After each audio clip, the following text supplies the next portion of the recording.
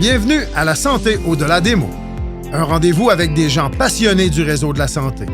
Jean-Pierre Gagné, lui-même médecin, vous fera partager sa passion pour le domaine et vous fera découvrir une foule d'invités et d'acteurs clés du réseau.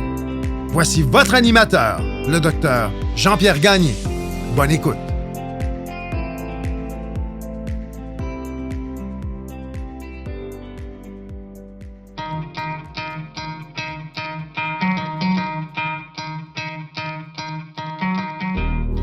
Je prends un court moment pour remercier les commanditaires qui rendent possible la diffusion du podcast La Santé au-delà des mots. Beauchamp-Beaulieu Dessureau-Toupin Groupe Conseil associé à la financière Banque Nationale Gestion de Patrimoine, Medix, LIM, le groupe Tige et Eurofin Environnex.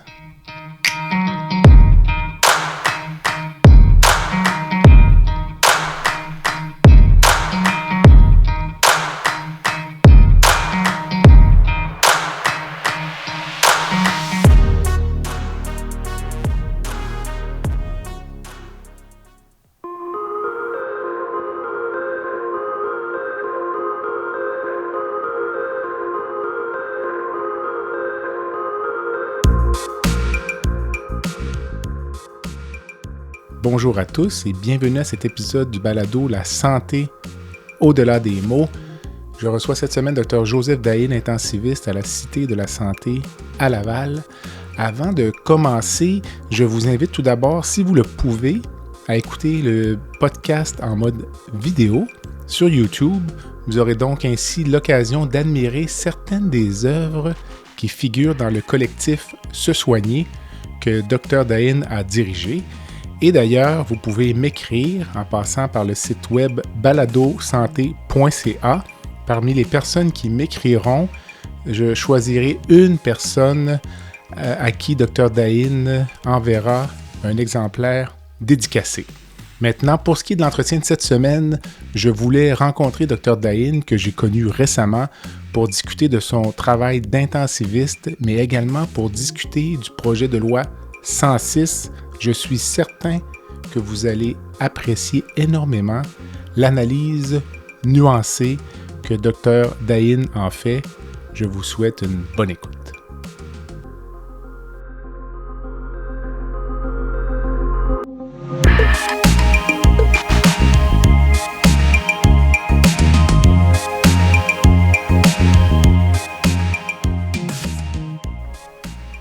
Bon matin, Joseph. Bonjour Jean-Pierre. Ça va bien? Ça va très bien, toi? Oui, ça va. Dans le contexte, on va en parler tout à l'heure. Mais écoute, merci d'avoir accepté l'invitation du balado La Santé au-delà des mots. C'est tout un honneur. Quand je t'ai découvert il n'y a pas longtemps, on a une amie commune qui est Dr Julie Alette.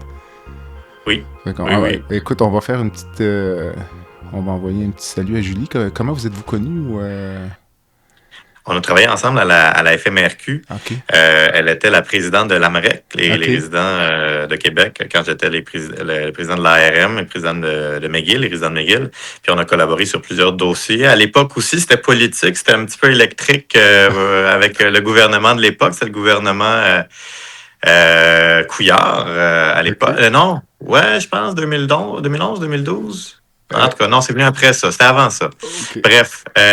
Et puis, on était en convention collective. On a travaillé sur plein de dossiers ensemble. Puis, on a gardé notre amitié. On pense un peu pareil, Julie et moi, sur plein de dossiers. Puis, c'est une amitié qui est restée, même si elle a déménagé à Toronto, malheureusement. Tout à fait. Alors, moi, j'ai connu Julie lorsqu'elle était résidente. Là, donc, puis, à l'époque, j'étais plus jeune. Donc, j'ai gardé plusieurs amis. Parmi mes premières cohortes, si tu veux, de résidents, là, aujourd'hui, je te dirais que le décalage d'âge est peut-être plus marqué, donc... Étais-tu jeune patron? Écoute, j'ai connu... j'ai commencé, moi, à Québec, j'avais 35 ans, tu sais. Donc, les premiers résidents que j'ai connus avaient 28, parfois 27, là, donc, dans ce contexte-là, c'est... mais moi, j'arrivais déjà d'un autre milieu sur ça. J'ai commencé à pratiquer en 1997. Oh, wow! C'est ça. Donc, c'est un peu ça. Ben écoute, merci de m'inviter. Pour vrai, c'est un honneur de faire ton podcast. Excellent. En fait, on voulait se parler, Joseph, ce qui m'a amené, je t'ai découvert quand même assez actif sur les réseaux sociaux, puis des opinions bien campées, donc j'ai dit ça va être parfait, mais puis en même temps, je trouvais que ton, ton travail d'intensiviste, puis le projet de loi 106, je trouve que c'est le match parfait parce que c'est une pratique à horaire très concentrée, des heures beaucoup, tu sauras me le dire, mais très intense, mais lorsqu'on regarde ça de l'extérieur, on peut penser qu'il n'y a pas beaucoup de quarts de travail, mais c'est d'une telle intensité. Donc, je pense que ça cadre bien dans les enjeux du projet de loi 106 qui viennent t'irriter là, pour t'avoir entendu donc, sur les médias sociaux. Donc, peut-être pour les gens qui nous écoutent, présente-nous, c'est quoi la médecine de soins intensifs en 2025, le parcours, ce que ça implique, disons, comme travail, puis tout ça. Là. Oui, ben c'est une spécialité super intéressante dans la mesure où on s'occupe à temps plein des patients les plus malades de l'hôpital dans un format longitudinal. Fait qu'alors que certaines personnes peuvent avoir une situation de crise avec un patient comme le traumatologue à l'urgence avec le gros cas qui arrive ou le patient qui est en hémorragie au bloc opératoire, tu sais, il y a un événement puis vous allez gérer ça ponctuellement. Ben nous, on va ramasser ces patients-là soit en post-op ou après leur admission et les suivre pour plusieurs jours, voire plusieurs semaines, étant donné que plusieurs complications peuvent survenir et avoir des impacts sur plusieurs organes. Donc, le spécialiste en soins intensifs, c'est le spécialiste, je dirais, de la défaillance multiorganique, des maladies critiques, celles qui menacent la vie ou un organe. Et nos patients ont soit besoin de machines ou de médicaments pour soutenir les organes ou la vie, ou empêcher la mort ou les organes de défaillir. Et ce qui est super intéressant de notre spécialité, c'est que c'est vraiment, je pense, une des spécialités où on voit le plus d'interdisciplinarité en temps commun, en temps réel, dans la mesure où, des fois, tu vas avoir une prescription à faire, puis, le médecin de famille peut la faire, puis, l'après-midi ou le lendemain, le pharmacien va l'appeler. « Hey, t'es-tu sûr pour ta... » Nous, c'est tout de suite. On fait une prescription, on fait des tournées en temps réel avec nos pharmaciens, avec les infirmières, avec les inhalothérapeutes. Les consultants, on a aussi accès à plein de gens qui vont venir sur notre unité de soins intensifs parce qu'on a des patients de tout acabit. Fait qu'on va parler autant aux chirurgiens qu'aux infectiologues, qu'aux cardiologues. Et donc, cet accès-là, cette collaboration-là est super stimulante. Mais j'imagine que tu as vu vieillir la population aux soins intensifs là, depuis ton début de pratique. Il y a des statistiques, je pense, assez frappantes là-dessus, à quel point on amène des gens de plus en plus âgés là, aux limites là, de la survie, entre guillemets, là, sans faire un enjeu éthique, mais c'est quand même une considération, je pense. Ouais. Non, je pense que c'est l'éléphant dans la pièce. Pas juste aux soins intensifs, mais dans notre réseau de la santé. Là, je pense que les gens ont de la difficulté à accepter de mourir. Et on essaie de retarder le plus longtemps possible à grands frais et à grands frais de traitement.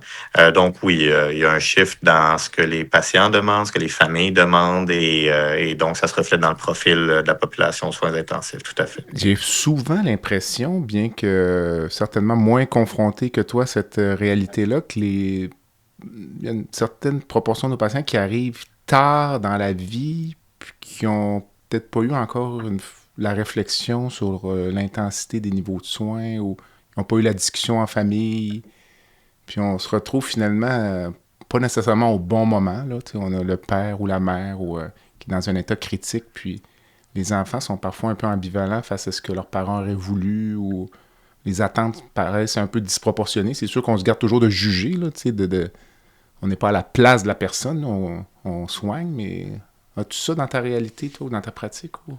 Je pense que la façon que j'essaie de le raisonner, c'est, comme tu as dit, on ne peut pas se mettre à la place des autres. Nous, on a l'expérience aussi qui teinte beaucoup notre jugement. Eux, j'essaie toujours de me dire, c'est la première fois qu'ils font face à ces réalités-là. Et ils veulent en sortir avec l'impression qu'ils ont pris les bonnes décisions ou qu'ils ont choisi de faire les bonnes choses avec les médecins, avec l'équipe conseillée par eux pour leurs proches. Je pense là où il y a de la difficulté à concilier des fois ce paradigme-là, c'est quand les médecins vont prodiguer leurs conseils, essayer d'orienter les gens vers les soins appropriés en fonction des valeurs du patient et lorsqu'il y a une perte de confiance ou un refus d'aller de l'avant avec, disons, par exemple, dans votre cas, les chirurgiens, ça serait simple, là, ça serait de dire, ben, je pense pas que ça va l'aider de l'opérer. Là, qu'est-ce que tu fais quand la famille insiste, non, opérez-le? Là, tu as le choix. Tu te dis, ben, je le fais pas parce qu'on n'a pas besoin, on peut pas me forcer à faire quelque chose de médicalement inapproprié. Ou de l'autre côté, tu te dis, mais là, il va y avoir tout l'enjeu autour de ça, est-ce qu'il va y avoir des plaintes? Est-ce qu'il y a un collègue qui pourrait dire, ouais, mais il y avait telle chose que tu aurais pu faire, peut-être tu as été un petit peu trop pessimiste. Et toutes ces réflexions-là font en sorte que c'est beaucoup plus facile de dire, OK, on va aller de l'avant.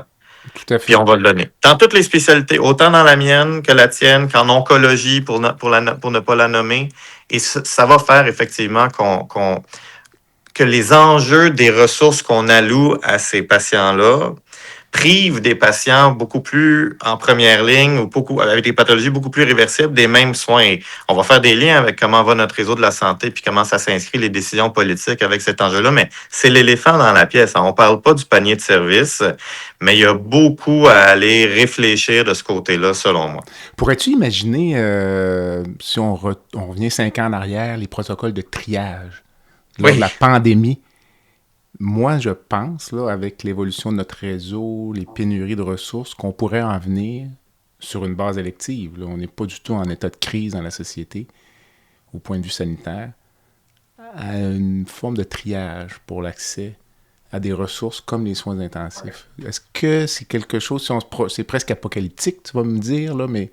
Non, c'était mon mémoire de maîtrise, Jean-Pierre. Fait que moi, j'ai fait ma maîtrise en administration des services de santé, puis mon mémoire de recherche, c'était le triage aux soins intensifs. Écoute, je t'écoute. Écoute, d'abord, pour faire du pouce sur ce que tu as dit par rapport au protocole de triage, j'y ai participé là, à la rédaction. Je sais pas si l'équipe de la Cité de la Santé était très active, avec Marie-Ève Boutillier notamment. Oui. Dr. Legault à l'époque aussi.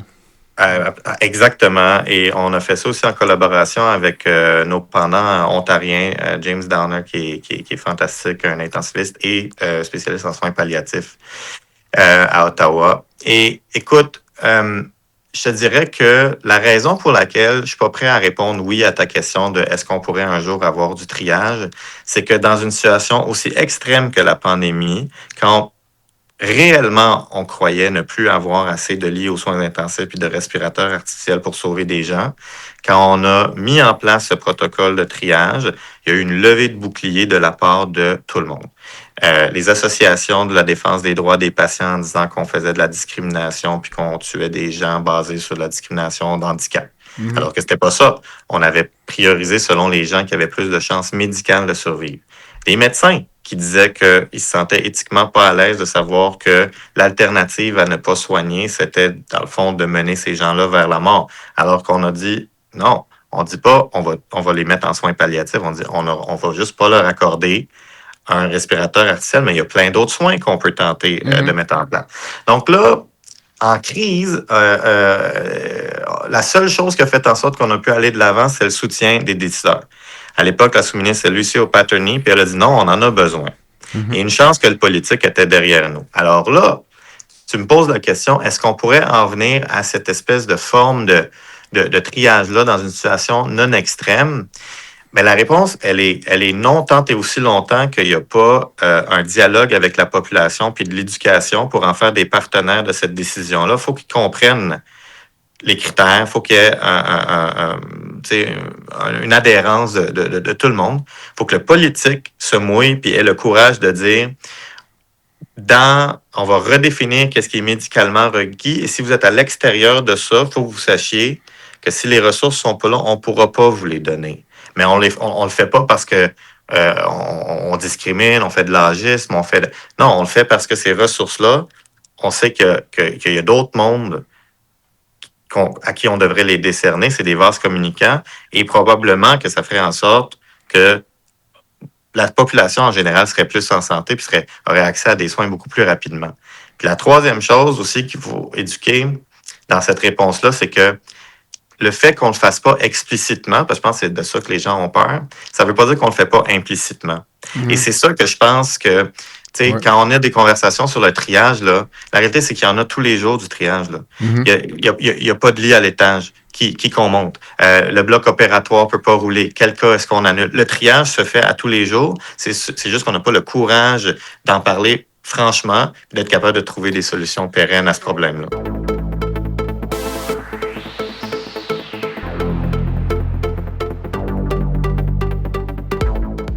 L'IM Santé est fier de lancer Emilia, la toute première application qui permet aux patients de se concentrer pleinement sur leur échange avec leurs professionnels de la santé, tout en générant automatiquement des notes claires, faciles à consulter, à traduire et à partager avec un proche ou un autre professionnel. Alors que les solutions de scribe IA apparues dans le secteur de la santé visaient jusqu'ici à faciliter la prise de notes des médecins, Emilia se distingue en s'adressant exclusivement aux patients.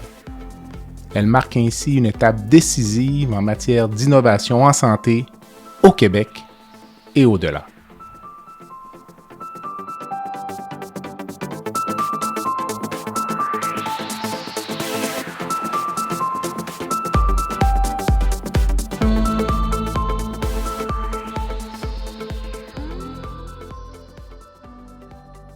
Et dans plusieurs des cas, c'est une forme de triage qui a peu ou pas d'impact visible. Là. On retarde une chirurgie, c'est tel que tel, mais on ne refuse pas pour autant la chirurgie. On a peut-être créé un peu notre problème, ou ce problème, je te dirais, là, si je recule dans le temps, moi, dans les années 90, là, quand j'étais résident, si je prends l'anévrisme rompu, il y a beaucoup des patients qui restaient à l'urgence. Là. Le taux de survie était trop faible pour les patients. J'ai en tête 80 ans, là, à l'époque. Il n'y avait pas de discussion. Aujourd'hui, on a plus de succès, donc on amène ces patients-là à l'opération. Peut-être que la discussion, elle ne devrait pas être économique, mais elle devrait être ou sur les ressources, mais sur la qualité de vie après, parfois. Là, c'est des choses plus difficiles, peut-être aussi pour les patients de se projeter dans le futur lorsqu'on survit à une maladie grave. Finalement, les gens ne retournent pas à domicile, ils se retrouvent dans le CHSLD. Puis Tout à fait. Je ne sais pas combien de patients se disent là, d'un an ou deux après l'avoir su. J'aurais peut-être pas fait ça finalement, puisque ma qualité de vie n'est pas ce qu'elle était avant. Là, je sais pas. Ça, là, c'est une citation textuelle que j'ai souvent eue. Okay. Des familles ou des patients qui reviennent, puis de dire, en plus des familles, là, qui disent avoir su c'était quoi les soins intensifs, puis les conséquences des soins intensifs. J'aurais pas accepté pour ma mère ou pour mon père, ou j'aurais pas insisté. Dans toute cette conversation-là, on n'a pas parlé d'un syndrome de plus en plus connu, là, qui est le syndrome post-soins intensifs. Mm-hmm. Survivre aux soins intensifs, c'est une chose, mais il y a un prix à payer. Puis le prix, c'est souvent des déficits physiques importants, faiblesse, contracture, douleur chronique. C'est un prix sur tes facultés cognitives, perte de mémoire, inattention, insomnie, perte de libido, et des problèmes sur ta santé psychologique, anxiété, dépression, choc post-traumatique. Ça va toucher à peu près 40 à 60 % de nos patients. Puis le plus grave là-dedans, c'est que c'est pas juste le patient. On sait maintenant que ça affecte aussi la famille, les gens qui ont vécu cette période de stress-là avec leurs proches. Donc, et ça, il n'y a pas de baguette magique pour soigner ça. C'est une approche multidisciplinaire, longitudinale. Mais il y a beaucoup de gens qui malheureusement payent le prix de leur séjour en soins intensifs en disant, ouais, finalement, c'est pas le genre de qualité de vie que j'aurais voulu vivre. Mais tu peux pas les blâmer parce que, comme tu as dit, nous, on le sait, parce qu'on est les experts de ça. On essaie de les avertir ou de leur expliquer pour qu'ils prennent une décision éclairée. C'est notre travail. Mais c'est très difficile de te projeter, comme tu as dit, tant que tu ne l'as pas vécu. Et c'est pour ça qu'il y a besoin, je pense qu'il y a un besoin d'éducation puis de sensibilisation en amont. Tout à fait. Dis-moi, Joseph, ça ressemble à quoi une journée d'intensiviste, là, ou ta journée, disons, ta journée de soins intensifs. Donc, on va prendre un quart de jour, là, j'imagine, plus actif. Donc, c'est important de dire qu'effectivement, c'est pas juste un quart de jour. Les gardes font partie intégrante de notre quotidien, mais effectivement, c'est les journées qui commencent très tôt le matin où on a notre parc de patients. Dans une unité comme la mienne, on a 22 lits et on est 3 intensivistes à tourner. Donc, on se divise l'unité. Et donc, on va faire notre tournée multidisciplinaire. On va aller voir les patients, souvent les plus malades ou les nouvelles admissions. Ensuite, on va voir est-ce qu'il y a des patients qui peuvent quitter les soins intensifs pour faire de la place pour les nouveaux patients. Puis ensuite, la tournée là, pour les autres patients. À tout moment, quand on est de garde, et évidemment, on se la divise à 3, on peut faire interrompre cette journée-là par des nouveaux patients qui ont besoin de nous. Donc, on a des appels soit de l'étage, de l'urgence ou du bloc opératoire. Et si le patient a besoin d'être vu immédiatement, ben, on va tout interrompre pour aller voir ce patient-là, lui faire de la place. Ce patient-là ou les autres patients peuvent avoir besoin de prescription, de révision de dossier, de recherche un petit peu dans la littérature pour essayer de comprendre ce qui se passe, ou de gestes techniques. Fait que l'autre aspect des intensivistes, c'est qu'on est aussi une discipline qui a besoin de faire des gestes très manuels. On intube, on met des voies centrales, des canules artérielles, des drains thoraciques, des pigtails, des cardioversions, des ponctions péricardiaques. Donc, on est aussi un petit peu un homme ou une femme à tout faire au niveau technique. Et à la fin, lorsque tout est fait, donc on fait de l'enseignement aussi. On a une unité d'emploi, des unités de soins intensifs et des étudiants en médecine et des résidents. Pour finalement, ensuite, lorsque tout est pas mal terminé, là, la fin de la journée de travail régulière, en fin d'après-midi, rester sur la garde et là, répéter le pattern dont je te mentionnais, c'est-à-dire être en disponibilité pour tout patient qui se détériore dans l'hôpital, incluant évidemment les patients de nos soins intensifs qui sont toujours à risque là, d'avoir une complication à n'importe quelle heure du jour ou de la nuit. On va travailler le soir, la nuit et le lendemain matin, faire la même routine de tournée des patients en lendemain de garde. Et là, ben, souvent, on est capable de finir la journée un petit peu plus tôt, mais c'est une journée là, de 8 heures là, le lendemain également. Et puis peut-être tu n'as pas dormi la nuit durant pantoute, mais c'est it's the name of the game. Mhm. Et la semaine de soins intensifs, on fonctionne encore sur des semaines. On va aller la plupart des établissements du lundi au lundi. Et on fait ça rinse and repeat. Évidemment, pas 52 semaines par année, parce que tu peux réaliser que, imaginez que dans ce que je t'ai décrit, il y a beaucoup d'heures défavorables, les soirs, les nuits, les fins de semaine. Donc, évidemment, là, qu'on fait l'équivalent quasiment de 3 semaines en une. Là, c'est des semaines de 100, 120 heures là, à l'hôpital. Là. Donc, on essaye là, d'espacer ça dans une année. Est-ce que, donc, si tu fais de la recherche ou autre, donc, toi, ton horaire, disons, sur un mois, tu vas faire une semaine de soins intensifs, tu ne feras pas comme 3 semaines de soins intensifs de suite? Non, c'est pas humain. Là, je veux dire. Non. Donc, dans un cas comme le mien, moi, je vais faire l'équivalent d'à peu près une semaine sur 2,5, si je prends une moyenne. Là. OK. Ouais.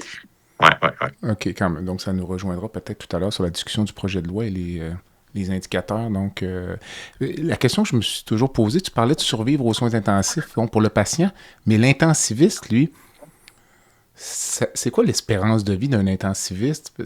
Puis là, avec la nouvelle spécialité, je me questionne encore une fois, si tu te projettes à 60 ans, là, donc je souhaite que tu sois encore dans le réseau avec tout ce qui se passe, mais est-ce que tu te vois encore faire ça à 60 ans? Ou, moi, j'imaginais peut-être des cliniques, justement, pas de soins intensifs, des cliniques externes de patients qui ont des syndromes post-soins intensifs. Donc, on ne le sait pas encore vraiment comment ça vieillit. Avant, les gens, historiquement, retournaient à leur ancienne spécialité. Donc, le chirurgien faisait 10-15 ans de soins intensifs, retournait opérer à temps plein. Donc, mais à long terme, là, qu'est-ce qu'on voit ça comment comme... La pérennité de notre spécialité, la pérennité des soins intensifs, c'est un enjeu. Mm-hmm. C'est un enjeu qu'on doit adresser parce que les différents chemins vers les soins intensifs et post-soins intensifs, il y en a plusieurs. Je veux dire, on a des pionniers des soins intensifs qui ont commencé au Québec dans les années 80 qui sont encore là, puis qui en font. Mais on a des gens qui commencent, puis après 3 ans, ils se brûlent pour plein de raisons. Ils tombent dans maladie, problèmes familiaux. La job, ça existe aussi. Il faut être capable, par contre, de répondre à cette préoccupation-là. On a fait un sondage. Moi, tu le sais déjà, là, je fais partie de l'Association des intensivistes du Québec. Mm-hmm. Puis on a envoyé un sondage pour essayer de mesurer, de quantifier cette problématique-là. On a demandé à nos membres, est-ce qu'il y en a parmi vous qui ne se voient pas faire une carrière durant en soins intensifs? Il y a à peu près 20% des gens qui ont dit qu'ils n'étaient pas capables d'imaginer ça. C'est un problème, ça. C'est un problème.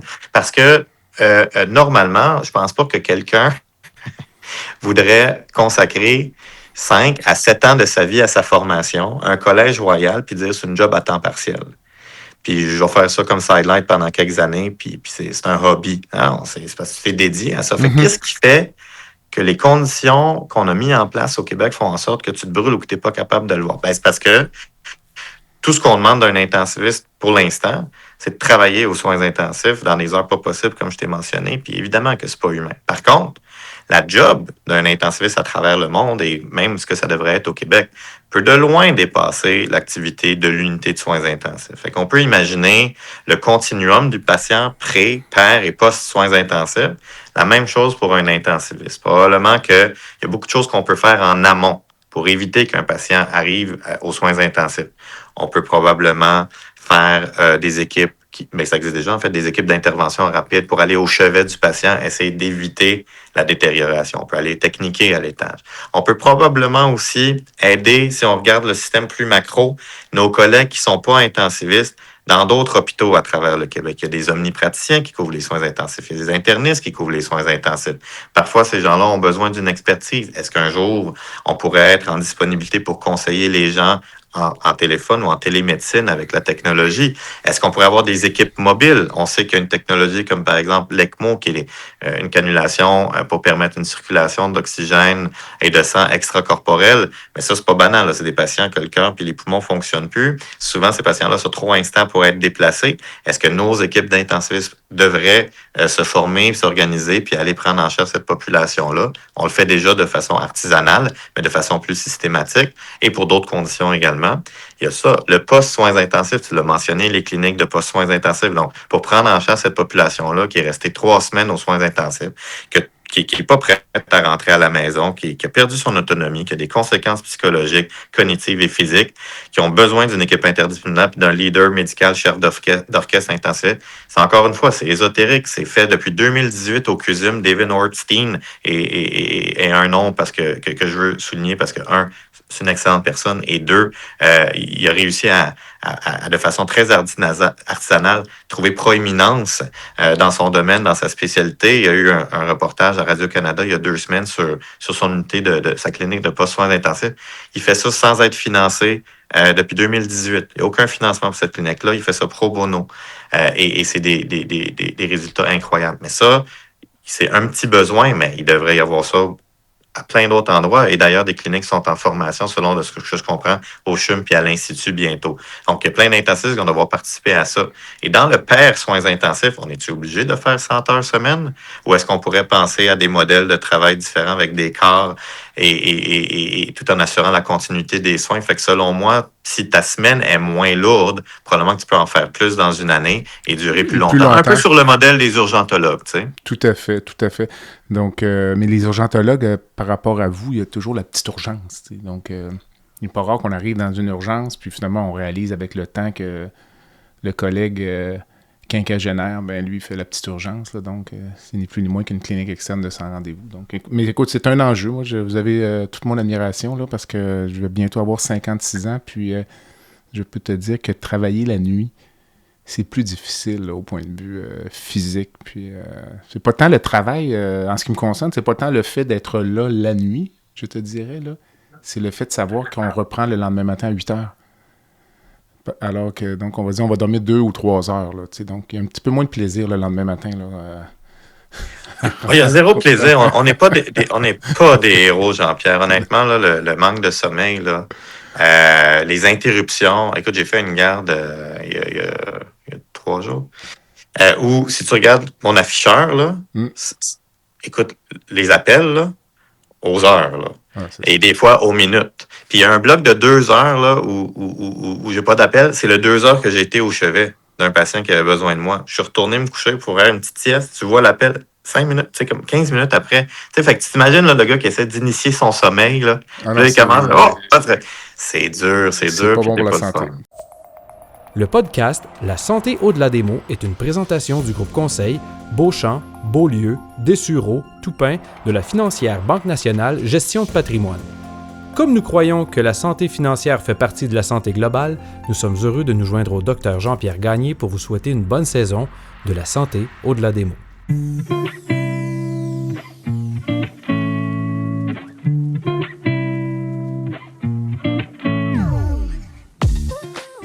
Fer et Velours est une entreprise de Québec spécialisée dans la location de mobilier vintage et création d'ambiance.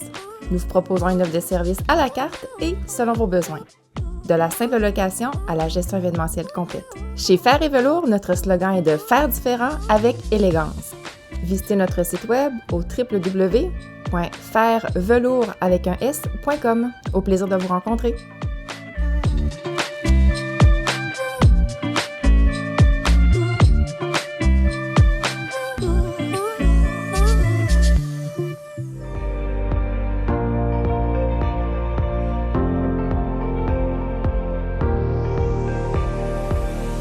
Vous avez des commentaires ou un sujet à nous proposer ou même faire partie de nos invités, visitez le site web de notre balado à www.baladosanté.ca ou sur notre page Facebook de la santé au-delà des mots.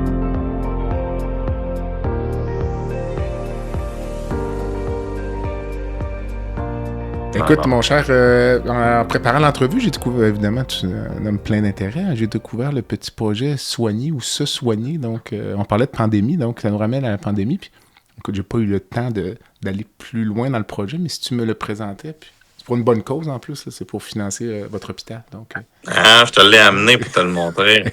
Okay. Tout à fait. C'est un livre qu'on a fait qui s'appelle Se soigner. Le souci, c'est la valeur thérapeutique de l'art dans le milieu de la santé. Puis, c'est un projet qui a découlé un peu effectivement de la pandémie, puis le gros sentiment de vulnérabilité des soignants à être appelés à travailler sans ressources dans le délestage. Tu te rappelles du délestage? Oui.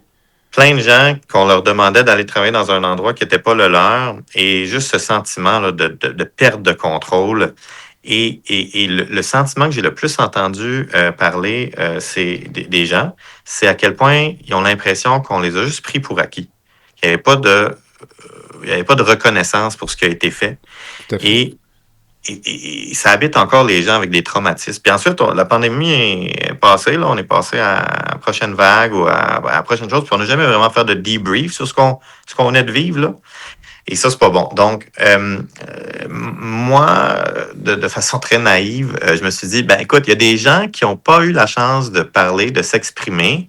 Donnons-leur la chance, donnons-leur une tribune. Puis, c'est pas tout le monde qui est à l'aise de s'exprimer comme ça. Il y en a pour qui leur langage, c'est des poèmes, c'est la sculpture, c'est des tableaux. Fait que, carte blanche, appel à tous. Est-ce qu'il y a des choses que vous avez vécues dans la pandémie que vous voulez exprimer via de l'art? Ou est-ce qu'il y a de l'art que vous avez créé pour essayer de juste passer à travers la pandémie? C'était votre refuge. Puis moi, je veux ça, puis je veux publier ça. Et on a reçu des réponses de plusieurs professionnels et non professionnels, juste des employés. Je veux dire, il y a des gens, des infirmières là-dedans, il y a des ergothérapeutes, il y a des physiothérapeutes, il y a des médecins. Il y a plein de corps de métier, 33. Puis à la fin, ça a donné un recueil collectif de 33 travailleurs de la santé avec des arts tout azimut. Puis c'est magnifique, ça vient chercher, ça vient cristalliser un peu la réalité des soignants, mais une universalité dans le propos. Puis c'est un livre qu'on a publié. On est allé chercher aussi des préfaces de personnalités un petit peu plus connues pour légitimer ce projet-là. Fait qu'il y a une préface de Patrick Lagacé, il y a une préface d'Olivier Niquet, il y a une préface de Mylène Paquette aussi, qui est l'aventurière là, qui a traversé l'Atlantique à la rame. Effectivement, tous les profits vont à la Fondation C'est de la santé. C'est un projet dont je suis très fier parce qu'il est profondément humain. Là. Et qu'on peut se procurer, si je ne m'abuse, en passant par le site web de la Fondation. Tout à fait. En plusieurs formats aussi. Oui, il y a le format papier, puis il y a le format PDF qu'on n'a même pas exigé de prix. C'est un don. Les gens peuvent écrire $0 s'ils veulent, mais et avoir une copie PDF, mais sinon un don à la discrétion des gens.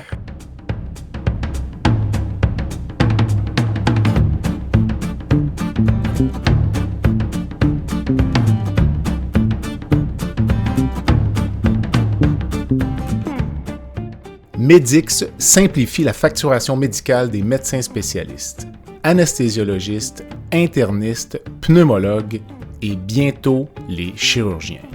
Grâce à une application mobile conviviale et une expertise personnalisée, Medix fait une différence réelle dans la vie des médecins. Sauvez du temps, réduisez les erreurs et optimisez vos revenus avec Medix. Medix est fier de desservir plus de 60% des anesthésiologistes du Québec. Pour toute question, n'hésitez pas à visiter notre site web à www.medix.com www.medyx.com ou téléphonez au 514-548-2500. Excellent. Écoute, mon cher, on pourrait en parler pendant des heures là, de tout ce que tu fais. C'est vraiment fascinant. On se rejoint. En fait, là, finalement, on est sur les médias sociaux, on est sur Internet. Puis toi, tu as donc un intérêt pour ça. Donc, j'ai même vu qu'elle est quand même assez actif. Beaucoup d'abonnés sur tes chaînes. Et à la limite, j'ai même cru comprendre parfois que tu faisais l'objet pas de menaces, mais de commentaires... disgracieux, là, donc, mais avant de venir à ça, donc, explique-moi cet intérêt, disons, pour la chose, là, donc... c'est ça, fait que là, je suis surtout actif sur TikTok avec à peu près 85 000 abonnés, qui est un privilège, honnêtement, je pensais jamais avoir une telle tribune, mais ça n'a pas commencé ainsi, ça a vraiment commencé quand j'ai fait mon fellow en Écosse, en Clinical Leadership, avec Twitter. Aussi banalement que ça. J'ai fait partie d'une magnifique communauté qui s'échangeait des tweets, des articles, des idées sur des projets d'amélioration, tout ce qui est amélioration de la qualité. Et j'ai trouvé que c'était vraiment un outil très puissant pour être connecté avec pas juste ta communauté, mais vraiment, il y a des journalistes là-dessus, il y a des politiciens là-dessus, puis c'est vraiment un magnifique levier de changement. Et fait que j'ai commencé sur Twitter, puis je suis revenu au Québec, je commentais un petit peu l'actualité, puis effectivement, c'était souvent repris par des personnalités, puis invité à des entrevues, puis j'avais vraiment l'impression d'être en continuité et en cohérence avec mes valeurs. Moi, mais ce qui m'anime, c'est d'améliorer les choses autour de moi. C'est d'améliorer le système de santé. Je dois beaucoup au Québec puis au système de santé. Fait que j'ai reçu beaucoup, je veux redonner. Et bon, les réseaux sociaux évoluent. Là, Twitter... c'est rendu assez toxique. Non, c'est vrai. Puis durant la pandémie, j'ai reçu une invitation à rejoindre TikTok par Mathieu Nadeau-Vallée, tu le connais probablement, là, c'est un résident en anesthésie qui était très populaire. Il a fait Tout le monde en parle parce qu'il démystifiait, déboulonnait des mythes sur la COVID puis tout ce qui était des informations. Puis lui, il tombe sur une vidéo que j'avais mise sur Twitter. Il dit « Joseph, je l'ai publiée puis c'est ma vidéo la plus populaire. Tu devrais aller sur TikTok. » Je dis, mais Mathieu, c'est des petites filles qui dansent sur TikTok. Je ne vais pas aller là. Il dit, non! Non! Il y a plein de monde qui vont s'informer sur TikTok. Et il a raison. Il y a 20% des Canadiens, il y a une étude de l'AMC, là, dont c'est la source exclusive d'information, les réseaux sociaux. Et tout pas nécessairement TikTok, mais les médias sociaux en général. Les médias sociaux, mais beaucoup TikTok. Okay. Fait que puis quand je regarde le profil de mes abonnés, écoute, j'ai une pyramide de... c'est un bell curve, là. Fait que j'ai du 18 ans, mais j'ai aussi du 65 ans et plus. Et donc, je suis allé là et effectivement, je pense que je veux dire, qu'est-ce que moi je fais? Je fais de la sensibilisation, je fais de la vulgarisation, puis j'essaie de mettre en valeur le côté humain du réseau de la santé. J'essaie de parler de mes collègues, j'essaie de parler de pas juste la science. Oui, je vais parler du choc septique, puis de comment mettre une canule artérielle, puis de comment faire une crico, mais je vais aussi parler je vais aussi faire une petite entrevue avec la préposée à l'entretien salubrité, puis je veux dire, je vais essayer d'expliquer à quel point son rôle est important. Sans elle, c'est plein d'infections nosocomiales. Donc, on est toute une chaîne dans le réseau de la santé, puis j'essaie de montrer ce côté-là humain, puis je pense que les gens répondent bien à ça. Ça semble assez spontané, là. Est-ce que à tout moment de la journée, j'ai une petite pause, tiens, je m'installe, j'enregistre, ou c'est un peu ça que... J'essaie de pas me mettre de pression. Fait que j'ai toujours une liste de sujets que je veux aborder, mais moi, je fais pas d'argent avec ça. Il n'y a pas de raison pour moi de faire ça. J'ai pas une clientèle qui m'attend qu'il faut que je livre la performance. Fait que quand je travaille, quand je suis fatigué, ma priorité, c'est les patients, là. Fait que c'est toujours ça. Ensuite, effectivement, quand je suis motivé, quand il y a quelque chose, je me dis, go, je vais en filmer 2, 3, puis j'ai toujours ma liste de choses, de sujets dont je veux parler.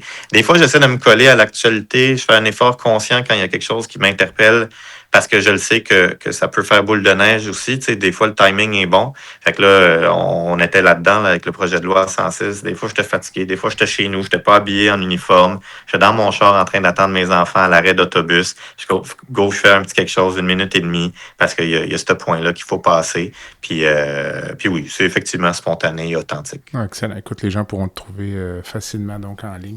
Tu viens d'évoquer le projet de loi 106. Parlons-en. Donc, pour nos auditeurs qui ne suivraient pas l'actualité, c'est quoi le projet de loi 106? Là, donc, écoute, c'est le projet de loi déposé par Christian Dubé un petit peu avant le congé de l'été parlementaire, qui essentiellement vient mettre par écrit 3 gros principes. Un, on veut une meilleure prise en charge, puis on va forcer les médecins de famille à prendre en charge des patients.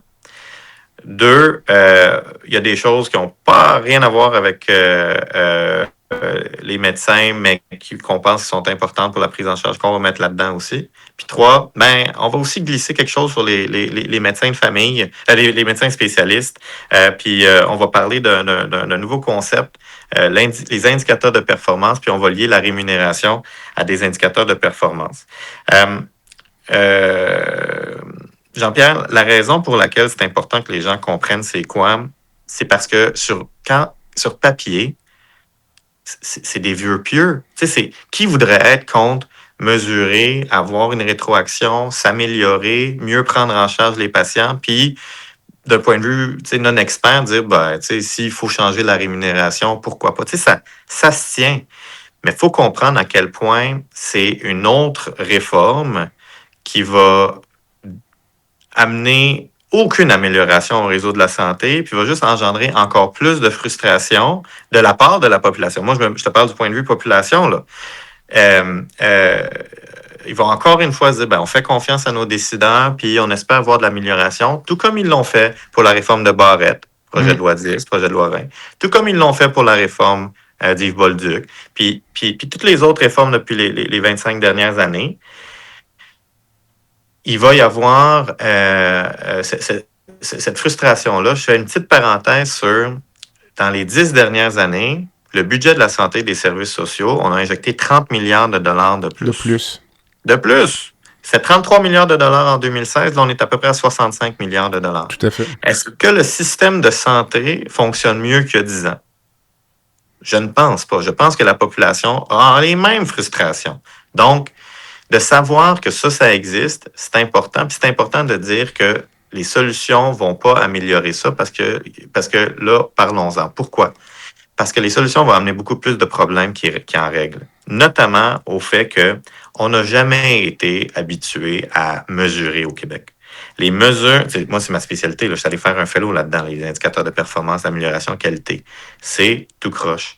Puis l'hypocrisie de dire, là, on va lier la rémunération à des indicateurs de performance quand nous, ça fait des années que les médecins, on demande des indicateurs qui reflètent le processus, qui reflètent les résultats aux patients, puis que ça n'a jamais été mis en place. Puis je vais donner deux exemples concrets. Le premier, quand j'étais en commission parlementaire devant Gaétan Barrette, quand il a fait son projet de loi 10, la loi 10 maintenant, c'est celle qui a fait les CIS et les CIUS. J'ai dit, Dr Barrette, comment vous allez faire pour mesurer le succès de votre réforme? Là, c'est le pif, là. On pense que c'est ça qu'il faut faire, là, mais il n'y a pas d'indicateur de performance pour s'assurer qu'il y a vraiment une amélioration dans l'accès, qu'il y a vraiment une amélioration dans les résultats. Puis, je me rappelle, tout le monde avait dit, super bonne idée, mais vous savez, je me rappelle, Éric Kerr de la CAQ a dit, on a déposé un projet de loi pour savoir combien il y a de fonctionnaires dans la fonction publique au Québec. On ne le sait même pas. On n'a pas toute la technologie, on n'a pas l'habitude, c'est pas dans notre culture de mesurer. Fait que là, tu voudrais mesurer quelque chose d'aussi complexe que la trajectoire d'un patient, les outcomes, le travail d'un médecin. On n'est pas là, on n'a pas l'expérience. Puis tout de suite de dire, on va y mettre la rémunération, c'est sûr que garbage in, garbage out, les gens y croiront pas. Et le deuxième exemple, c'est à l'INES. J'avais fait des 19 indicateurs qualité en soins intensifs dans un comité qui a travaillé avec plein d'autres collègues intensivistes. On a demandé des ressources, on a fait un projet pilote. Le sous-ministre était venu voir ça. Puis tout le monde trouvait que c'était une bonne idée. Quand on a demandé des ressources pour de l'argent, puis pour déployer, puis une équipe, on s'est fait couper, puis ça, c'est mort dans l'œuf. Donc, ensuite de se faire dire quelques années plus tard, voici la solution, je trouve ça d'une hypocrisie sans nom. Et ça va avoir des conséquences. Parce que je sais pas toi, mais moi, il y a plein de gens autour de moi qui disent, si le projet de loi 106 passe, ben je prends ma retraite, je m'en vais. Et ça va avoir des conséquences concrètes sur la population et sur les collègues qui vont rester. Puis la comparaison que je fais, c'est avec les mises à la retraite de Lucien Bouchard, les infirmières. Tu te rappelles à la fin des années 90? Tout à fait. On a encore de la misère à se remettre de ça. On pensait encore qu'on est en train d'en payer le prix. Fait que si on perd nos médecins, Jean-Pierre, j'ai l'impression qu'on ne sera pas capable de s'en remettre. Écoute, petit retour dans l'histoire. Je ne sais pas où tu étais, toi, au milieu des années 90, là, donc, mais moi, j'étais en début de pratique. Donc, oui. Et je m'en rappelle. Ça va peut-être toucher un peu la discussion qu'on va avoir au cours des prochaines minutes. Les médecins ont toujours été perçus comme simplement une source de dépenses dans le réseau, là, puis un poste de dépenses qui est trop important, alors qu'on est, je ne dis pas qu'on est au cœur du système, mais on est une partie importante de ce dernier. Et soit dit en passant, la charge financière des médecins dans le réseau de la santé a baissé de 50% là, depuis 10 ans. Donc, c'est important que les gens comprennent que la masse salariale des médecins n'a pas bougé à toute fin pratique, alors que le budget a doublé. Donc, le ratio, donc les gouvernements aiment ça, les ratios, on parle tout le temps du ratio de la dette par rapport au PIB. Notre ratio, nous, a baissé de 50%. Donc, on performe mieux que le gouvernement du Québec, donc on ne pourrait pas subir de décote à cet effet-là comme médecin. Maintenant, pour revenir à l'épisode des années 90, pour te dire à quel point cette culture de statistique ou de mesure ou cette culture scientifique n'est pas là au gouvernement. On disait, ben écoute, on veut couper le budget de la santé, les médecins coûtent cher, alors une bonne façon de couper le budget de la santé, c'est d'enlever des médecins du réseau. Ça avait été ça la réflexion. Puis de dire, écoute, puis là c'est mathématique, c'est facile, tu te dis, à l'époque, je ne sais pas le salaire moyen d'un médecin spécialiste, là, je vais te dire... je dirais 250, peu importe. Là. On disait, ben écoute, si on en enlève 4, on vient de sauver 1 million. Écoute, c'était aussi simple que ça. Et les gens signaient un contrat de retraite, devaient s'engager à ne pas revenir dans le réseau et avaient avec ça l'équivalent d'un petit plan de retraite ou un plan de départ. Là. Écoute, les gens, je pense, ont signé en juin, puis au mois de septembre, le gouvernement les rappelait. Ça a été, et ce ne sont pas des blagues, là. Il y a des anesthésistes qui ont signé des plans de retraite à l'été puis qui étaient rappelés à l'automne. Donc, mais juste pour faire du pouce sur ce que tu viens de dire, tu sais comment les gestionnaires appellent un nouveau médecin? Hein? Comment? C'est un nouveau facturant. C'est vrai. C'est pas une blague, c'est un nouveau facturant. Ça n'a pas de bon sens qu'on soit perçu comme étant un générateur de coûts pour le système de santé. Ouais. L'autre affaire qui me rend complètement fou quand on porte attention, c'est qu'il y a rarement une intervention dans les médias concernant, disons, le projet de loi 106, où on ne glisse pas le fait que les médecins sont bien rémunérés. T'sais, ça se glisse tout le temps dans la discussion, alors que là, je me dis, ben, sur quoi vous vous basez pour dire ça, là, donc? Ou de dire qu'ils sont trop payés, mais je dis, on peut avoir la discussion, là. Ayons la discussion, mais ayons-la entre adultes. Pas via un projet de loi matraque comme celui-là. C'est comme si l'anecdote ou l'exemple que je donne, c'est comme si à toutes les fois qu'on parle d'un politicien, on glissait dans la discussion que les politiciens sont corrompus. Parce que c'est quand même souvent une chose qu'on entend dans la société ou qu'on se dit entre amis le samedi soir, en soupant, que peut-être les politiciens sont corrompus. Alors c'est comme si à toutes les fois que les médias faisaient une intervention, on disait, ben... mais écoutez, vous conviendrez avec moi, M. Legault, que les politiciens sont corrompus. Je veux dire, Legault, il montrait dans les rideaux. Là. Je ne sais pas si tu comprends ce que je veux dire. Donc, c'est un exemple là, où on dirait, où on parlerait des enseignants, puis on glisserait spontanément. Ah, ben vous savez, les enseignants, on rappelle que vous êtes comme ça. Mais je trouve ça profondément dommage, Jean-Pierre, ce que tu dis, qui est très vrai. Es-tu d'accord? Hein? Tu es d'accord avec ce que je dis? Oui, je suis d'accord, mais je trouve ça triste parce que c'est un habile mensonge tissé depuis des années pour casser du sucre sur le dos des médecins et faire du capital politique. Ça a des conséquences très réelles dans la méfiance que la population a des médecins à cause de ça, parce que le portrait qu'on a dépeint du médecin qui pense à son cash, là, ben c'est sûr que si tu te dis mon médecin il pense à son cash, ben il va pas penser à mes intérêts puis à prendre la meilleure décision pour moi. Alors que tu le sais très bien que toutes nos décisions sont faites en fonction du patient qu'on a devant nous et son meilleur intérêt. On pense jamais aux ressources du système ou à qu'est-ce qui peut générer de l'argent pour moi. Donc ça, le fait qu'on a accepté comme société que les médecins sont méchants parce qu'ils font de l'argent, je trouve ça d'une tristesse parce que c'est pas encore juste ça me fait de la peine, moi. Oui, ça me fait de la peine, puis c'est vraiment pas correct pour l'ambiance de travail. Mais ça fait de la peine parce que ça a des conséquences sur les patients puis sur la société. Puis l'autre affaire que je trouve très triste, c'est que, tu vois, je sais pas si tu as des gens dans ton entourage là, qui sont rentrés en médecine. Là, ils sortent du cégep, puis là, ils rentrent en médecine. Puis là, tout le monde est tellement fier de toi. Wow, tu es rentré en médecine, un étudiant. Puis c'est tellement positif. Puis la journée qu'ils sont médecins, là, ça devient négatif. Ouais, tu fais de l'argent, puis t'es ça pour ça. Puis c'est comme, comment on a réussi à avoir cette dissonance cognitive-là?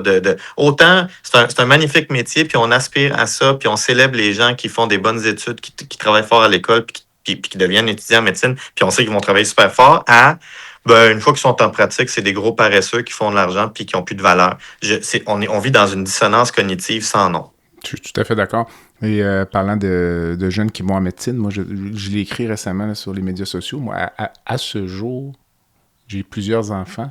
Je suis soulagé qu'aucun d'entre eux n'ait choisi la carrière de médecin.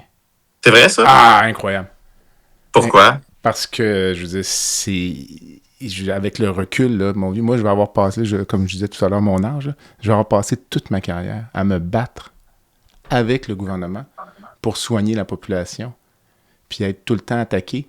Puis là, quand je parle aux collègues des autres provinces, je pense pas que ce soit comme ça. Là. Les gens travaillent, les gens négocient leurs conditions, mais c'est pas vrai que faire l'actualité, je veux dire...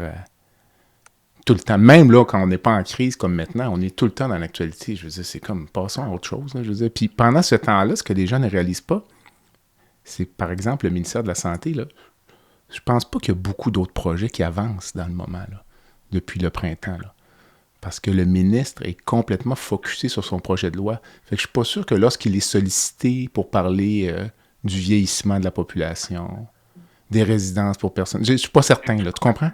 Parce qu'il y a une quantité limitée d'informations qu'une seule personne peut gérer, même si c'est le ministère. En bout de ligne, les personnes en haut, toute leur attention est là-dessus. Là. Donc, mais bref, c'est vrai, je pense que, parce que à compétence égale, puis à quelqu'un qui a de la volonté, puis qui a, comme on dit en bon québécois, de la drive, peu importe la profession que tu choisis, tu vas t'épanouir. Là, puis actuellement, de s'épanouir pleinement dans le réseau de la santé, comme médecin, je suis pas certain. C'est pas bon pour la santé physique, c'est pas bon pour la santé psychologique. Tu l'as dit aussi, on est un peu... tu sais, la perception que les gens ont, anecdote, il y a quelques années, je suis en train de voir une patiente en clinique externe. Je me rappelle pas des détails, mais je dis, écoutez, je vais vous examiner, là. Puis elle me regarde, elle me dit, ah ouais, c'est vrai, faut que vous m'examiniez pour être payé. Oh mon Dieu! Là, je suis là, c'est n'importe j'ai rien dit, là, mais... me dire, il y a une incompréhension complète. J'ai presque ri sur le coup. Mais non, mais c'est pas drôle. Mais il faut en rire, mais en même temps, c'est pas drôle. Parce que comment ça se fait qu'on en est arrivé là? Je sais pas. Je sais pas, écoute. Moi non plus, j'ai pas la réponse, mais je sais que ça doit changer parce que les gens qui nous écoutent, là, c'est peut-être pas tous des gens qui sont dans le domaine de la santé, mais tout le monde a une job, là. Mm-hmm. Là, si je te donne deux choix, tu as le choix entre aller à ta job et avoir du fun ou aller à ta job puis pas avoir de fun. D'après toi, dans quel scénario tu es le plus productif? C'est sûr que c'est dans le scénario où tu es bien. Fait qu'il y a quelque chose, là, ça va au-delà de l'individu, de travailler dans des conditions de pratique gagnantes, de pratiquer avec des collègues de bonne humeur, de pratiquer dans un climat qui n'est pas confrontationnel avec ton employeur, entre guillemets. Puis, en plus, de ne pas avoir toujours ce genre de critiques-là mesquines de la part de patients, ça n'arrive pas souvent, bien évidemment. Mais tu demande toujours est-ce que c'est derrière la tête de certains membres de la famille ou de certains patients quand on est en train d'avoir une discussion sur leurs objectifs de soins. Moi, je sais là, qu'il y en a des gens qui se sont dit non, vous n'allez pas arrêter les soins, vous voulez arrêter les soins parce que je coûte trop cher à l'État. Puis là, tu te dis, mais ça n'a tellement pas rapport. Alors, tout ça, c'est des conséquences bien réelles, malheureusement, de ce portrait-là, dont on fait les frais, mais qui ont des conséquences à portée beaucoup plus large. Et je pense honnêtement que si on veut améliorer le réseau de la santé, ça fait partie des choses qu'on doit adresser puis solutionner. On ne veut pas partir en guerre avec nos collègues en médecine familiale, mais penses-tu qu'on est un peu des victimes collatérales dans le fond? Parce que un nerf de la guerre, c'est l'accès aux soins de première ligne. Des fois, je me demande si dans ce projet de loi-là, on n'a pas été un peu aspiré, là, parce qu'il y a beaucoup de choses comme toi, disons. Là, je disais en début d'entrevue, j'ai de la difficulté à concevoir avec le travail que tu fais. Pourquoi tu serais même sur le radar du gouvernement pour des indicateurs de performance? Ça me semble une hérésie complète, mais tu es aspiré là-dedans. Si le projet de loi passe, tu vas vivre avec les mêmes contraintes ou tu vas devoir justifier peut-être le fait qu'il y a des semaines où tu ne travailles pas, parce que tu as passé, parce que la carrière d'intensiviste, tu vas devoir expliquer pourquoi un intensiviste ne travaille pas 46 semaines par année. Je ne sais pas si tu vois... je le vois totalement, puis je suis d'accord avec toi. Sincèrement, foncièrement, je pense pas que je suis sur le radar du projet de loi 106. Tout comme je suis probablement pas sur le radar de la loi 83. Ouais. Mais c'est pas parce que c'est pas mon problème, entre guillemets, qu'on doit accepter un virage coercitif parce que ça ouvre effectivement la porte à des conséquences pour tout le monde. Alors que ces problèmes-là ne nous concernent pas. Mais je vais te dire que, tu sais, à la question, est-ce que les médecins de famille... Non, je te disais, est-ce qu'on était aspirés un peu dans le projet? Est-ce qu'on est les dommages collatéraux d'eux? Ouais. Moi, je te dirais, on pourrait penser ça quand tu lis le projet de loi, parce qu'effectivement, les gros morceaux du projet de loi 106, c'est sur la capitation. Hier encore, on écoutait la manchette que là, à partir de 1er janvier, là, le gouvernement voulait que 1,2 million de patients orphelins soient assignés à un GMF ou à un CLSC, mais pour ça, il faut que le projet de loi 106 passe. Fait qu'on parle encore et toujours de la prise en charge. Mais je te dirais que probablement que les médecins de famille sont aussi leurs propres dommages collatéraux des décisions qui ont été prises dans le passé. Je pense qu'il y a à peu près, de mémoire, 52 ou 56 sous-spécialités de la médecine de famille. Genre, tu peux faire un 3 mois de spécialisation en anesthésie, en soins palliatifs, en urgence. Écoute, il y en a 56 comme ça. Et ça veut dire que pour ces, je pense qu'ils appellent ça des compétences avancées ou des intérêts particuliers, quelque chose comme ça. Je pense que c'est compétences avancées. Puis c'est canadien, c'est pas juste québécois. Ben, ça fait en sorte pourquoi on a créé ces choses-là? Ben, on a créé ces domaines-là parce que on a besoin de main-d'œuvre, puis il n'y a pas assez de spécialistes. Fait qu'on s'est dit, on va compter sur notre bassin large de médecins de famille pour se spécialiser un petit peu dans quelque chose, faire un petit 3 mois, puis ils vont nous aider dans certains domaines. Puis là, après ça, on dit, il n'y a pas assez de prise en charge. Fait que sont aussi le dommage collatéral d'avoir fait ce qu'on leur a dit de faire là, avec les fameuses AMP, là, les activités médicales particulières. On leur a dit allez dans les hôpitaux parce qu'il manque d'hospitalistes. On leur a dit allez à l'urgence parce qu'il manque d'urgentologues. Mm-hmm. Puis là, on leur dit vous n'avez pas assez de prise en charge, fait que vous êtes à la source des problèmes dans la prise en charge. Fait que c'est ça. J'ai beaucoup d'empathie pour eux aussi. Exactement. Écoute, c'est d'une complexité. Donc, mais moi, je pense, j'ai une vision un peu conservatrice de la chose. Là. Que je constate au Québec depuis, ça fait un bout de temps, ça va faire 40 ans presque que je suis mis les pieds dans le réseau avec les études. À toutes les fois qu'il y a un problème, on réglemente. Je pense que peut-être la solution est dans la déréglementation. Donc, je parlais avec Dr Sam Daher, qui est président de la Fédération des médecins omnipraticiens de Montréal. Puis eux recommandent, par exemple, là, d'enlever les AMP là, progressivement, puis de laisser un peu le marché se rétablir. Puis peut-être que c'est ça qui améliorerait la situation à long terme. Écoute, Joseph, tu parlais tout à l'heure des collègues qui veulent quitter là, si le projet de loi 106 passe. Dans un premier temps, moi, je te dirais que j'ai entendu ça à chaque réforme, mais jamais avec autant de détermination et de conviction là, de la part des collègues autour de moi. Donc, ce qui m'amène à te demander, toi, si le projet de loi 106 passe, qu'est-ce que tu fais? Je vais aller prier. Prier pour que le système tienne encore, Jean-Pierre. Je pense qu'on l'a mentionné, on va le réitérer. Le fait qu'on fasse des parallèles entre ce qui est en train de se passer puis la fin des années 90 qui ont mis à terre le système de santé avec, comme tu l'as dit, là, les médecins qu'on a dit, ben allez-vous-en, les infirmières qu'on a mis à la retraite parce que ça coûtait trop cher. Mais de se priver de cette main-d'œuvre-là aujourd'hui, alors que le réseau est, selon moi, encore plus à bout de souffle qu'il y a 20 ans, je pense que c'est quelque chose qui va menacer le cœur de nos valeurs, c'est-à-dire l'universalité de notre système de soins de santé. Là. Et donc, moi, si le projet de loi 106 passe, et il ne faut pas qu'il passe, mais s'il passe, c'est me mettre à genoux à l'hôtel de l'église. Puis, non, mais Jean-Pierre, parce que je parle pas juste avec mes lunettes de médecin. Je te parle comme membre de famille qui a des parents qui font de l'âge, puis j'ai des jeunes enfants qui vont tomber malades. Je te parle comme futur patient. Tu sais, si aujourd'hui on craint pour la sécurité des soins, pour la qualité des soins, pour l'accès, comment tu penses que ça va être dans 20 ans avec le vieillissement de la population, avec les traitements qui coûtent de plus en plus cher, puis avec le fait qu'on n'a pas encore de réflexion sur comment augmenter les ressources pour être capable de se payer tout ça? Je suis très inquiet. À reprendre lors d'un prochain entretien. Écoute, Joseph, ça a été très, très, très intéressant, honnêtement. Là. Je te remercie beaucoup. On atterrit ça toujours un peu de façon ludique, là, peu importe la lourdeur des propos. Donc, il y a une petite baguette magique dans mon podcast. Donc, j'ai hâte de voir avec ce qu'on s'est dit, mais je te tends une baguette magique virtuelle, puis je te laisse changer une chose dans le réseau de la santé, n'importe quoi.